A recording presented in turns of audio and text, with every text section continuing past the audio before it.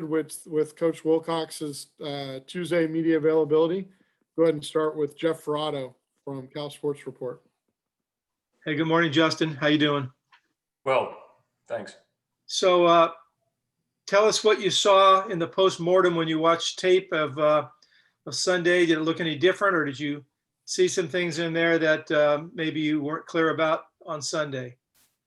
A lot of what we thought during the game was confirmed on the video. I think the big things that stood out, tackling on defense. We had just a significant number of missed tackles that resulted in, I think we're about 150 yards after contact. And a lot of those plays, you got to give them credit. They got some really skilled athletes, and sometimes that makes them tougher to tackle, but we had opportunities to create some negative plays and put them in some longer down and distances, which would have really helped throughout that game, even if we don't, make every single one, but we make more than we did. And I think we expected to tackle better. We didn't. And that made it really hard to get off the field on defense. We had a couple other things show up, a couple busts here and there, but the tackling was the overriding theme defensively. Offensively, it was just the rhythm. Our line assigned communication identification was pretty good. We had some unforced errors pre-snap that we got to clean up. I think we knew for the most part who we were blocking. The execution across the board, wasn't quite where we expected it to be. But we know we can get better in all those areas at every position, and starts with the head coach and all the coaches making sure we're preparing the best we can with the information we have. So that's where we're at moving forward. And did it surprise you that those things cropped up in the first game, or in retrospect, given all that's going on, is it not surprising? I think we all expected to perform better, and we didn't. But that's where the coaches and players, we all have to own our piece of it, and go back to practice today and work to get better for this week. In watching the film again, I just have a ton of respect for our players, and especially the group that wasn't able to practice to go out and play and compete like they did. I mean, even late in the game when the game was decided, guys were competing. There's guys in there making a fourth down stop like the game was tied. So the spirit and the competitiveness was admirable. We just have to execute much better in order to win. If I could ask you a different topic, yesterday a lot of counties, including Alameda County, were moved up to purple tier again with the COVID virus. Are you concerned this is going to have any impact on your ability to practice, to play a home game, to travel, anything? That would be, relayed to us through our administration and our doctors who are communicate with public health. I think we all understand that it's a daily, if not hourly, ultimately a fluid situation where things can change just so rapidly. We've learned that here in the past month or two as it relates to football. So we're preparing for Oregon State right now, and we've got staff meetings going on. We got players coming in this afternoon, and we're going to continue preparing for Oregon State until somebody tells us otherwise. But I don't know any other way to do it. But we all realize that we got to keep our knees bent, and things could possibly change. As of this hour, everything's good for the Oregon State game. Correct. Thank you. Okay, we'll move to Trace Travers from Rivals. Yeah, good morning, Coach. One thing I wanted to ask about was if you saw anything specific with the wide receivers and with Chase that they kind of weren't on the same page all afternoon, and it didn't look like you guys got much in the way of downfield passing. Yeah, again, I think we all, coaches and players, have to own the result of the game, and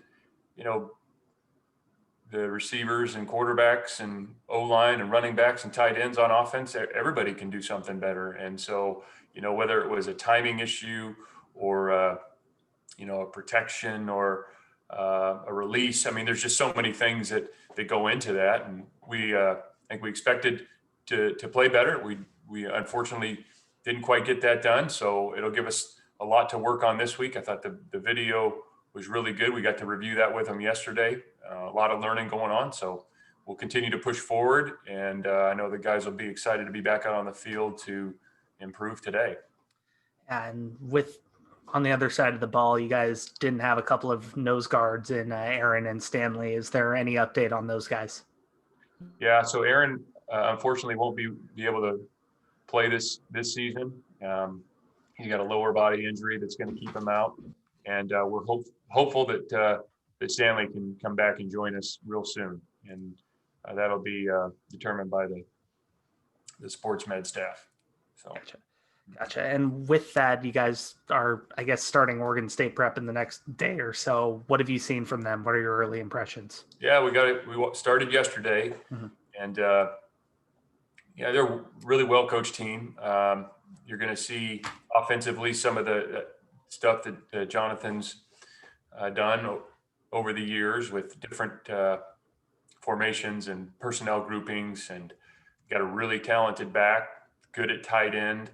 O-line's really well coached. So they give you different issues on offense, and defensively very similar to us. You know, I worked with Coach Tibisar, their defensive coordinator, years back, and you know, they're multiple, play some odd and even fronts, play nickel and base, and so ultimately it's going to come down to like it is every week. You know, that give and play, and R11 executing at a high level. So that's what we're focused on, and got a lot of respect for Oregon State, and look forward to the chance to compete. Thank you. Okay, we'll go to Jim McGill from Bear Insider.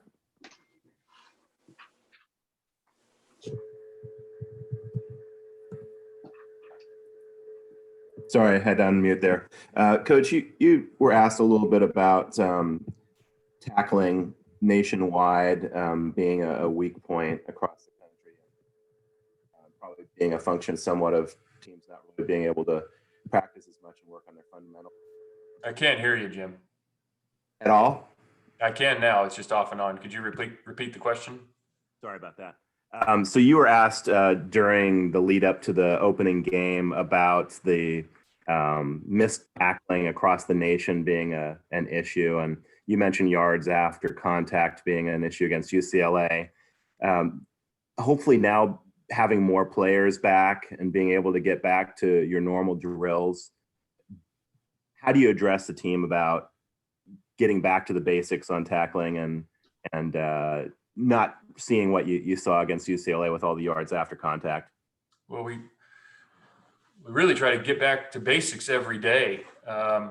We made determinations in fall camp. You got to thread the needle, especially in a year like this where you have a kind of a limited lead up time, and you're trying to get your guys prepared to play mentally, and also the conditioning standpoint. They were just in a different place a month ago than they would be in a traditional year because of the unique lead up to camp. So we didn't go live as much as we traditionally would for a few reasons. You know, we understand that there's risk in that, but there's, you know, we got to make decisions on preparation, and you have to kind of give one for the other sometimes. And we expected to tackle a bit better, and we're going to continue to work on it. There's nothing, you know, you can tackle bags and you can hit sleds and you can do thud tempo, but there's nothing like going live. And would we all love to go live every day of fall camp? Absolutely, because you'd perform better in tackling, but then you're going to be at risk of losing people. So there's always that fine line, and especially with having 75 and not 110, there's just determinations that we have to make. And so first thing I did as we got on the plane coming home and looked back at those practice schedules, think, is there something we could do differently?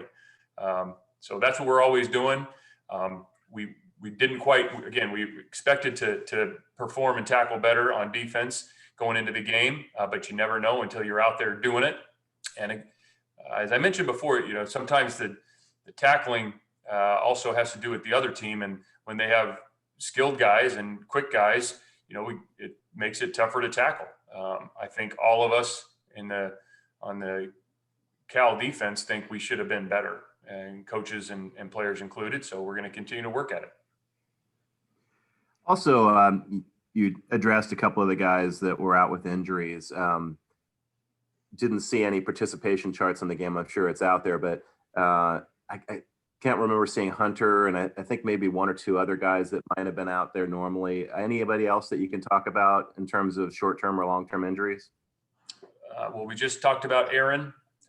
Jeremiah Hunter won't be able to play this season. That's who you asked about? He's one of the names that I didn't see that I was asking about. Yeah. Jeremiah is not going to be able to be with us this season either. So look forward to him coming back as soon as possible. But yeah, unfortunately, he's got an upper body injury that's going to keep him out. And last question, Chase made a really big leap from his redshirt freshman year to last year. How much of it was related to being a student of the game and studying the opponent and knowing what he was looking at versus just the natural progression and being able to read a defense? I mean, obviously you guys had limited time to study UCLA. Could that have played much into his drop off in performance from what we saw last year? Again, I think Chase and everybody on offense, everybody on defense, everybody on special teams could have been better in that game. Really, no unit played well enough to win, and we all own that. So Chase will learn from that, and you know, I think there's plays in there that he would expect to make, and we would expect him to make, and I think he'll make those going forward. Thanks. Okay, we'll go back to Trace Travers from Rivals. Yeah, I want to carry on with I think 11 or 12 true freshmen played for you guys, and you said before the season started everybody's going to have a role. How much do you feel like you were able to get those guys into their roles early? Well, it was good to see a lot of them out there, getting some valuable reps that they'll all learn from. I would expect to see more and more as we continue to move into the season. And as we mentioned before, there's no substitute for game experience. And so each time they go out there and every play they play, they're going to get better. And I would expect that those guys will continue to garner more reps and also possibly some other guys that we didn't see quite as much. So how was it I know you'd talked with Tommy Christakos about him potentially, kicking off, making a tackle, that whole process. How was the process of getting him integrated into that kickoff role? Good. He actually hadn't been able to kick a whole lot here recently. And then about a week ago, he was able to ramp it back up. And he went out and first play, he was the guy kicking off, and he made a really nice kick. I think the more reps he gets kind of in practice and get back into the groove of things, kicking, he'll be better and better. And I also think he's got a bright future as a receiver. So a pretty unique situation, but I'm glad that Tommy's with us and continue to work with him and getting better in both those positions. Awesome. Thank you. So go back to Jeff Verrado. Yeah, Justin, there was such a long, strange start, stop to the preseason, and things canceled and delayed. But there was also big buildup and a lot of expectation from the outside, but also I'm sure among your players for what the season was going to be. Are you concerned about them at all emotionally after such a tough loss? What was your read of them in that regard, and did you address it in any way? Yeah, disappointed that we didn't perform better. I don't think anybody's discouraged. They are a competitive bunch. They have pride. We all do. Nobody wants to go out and not play well. So we have to own the result, and we go look at the video and look at kind of what we did right, what we didn't do well, and what needs to be fixed. And that's the way to approach it. So that's how we're looking at it, but I don't anticipate any emotional issues. We got to flush it and move on to the next. So no hangover from that game emotionally, you don't think? Everybody hates losing. It makes you want to throw up. So I guess that's an emotion. But once we, get to the day after the game, you got to wash it. We don't get to wallow around and feel sorry for ourselves. Okay. So we go watch the video. We look at what we did well, what we didn't do well, and then we move on and, work on those things so we can play better next time. That's how we look at it. Thank you. Okay, we've got about 3 more seconds here. If anybody has a final question, please put it in the chat. Otherwise, we'll wrap up for today. Okay, seeing none.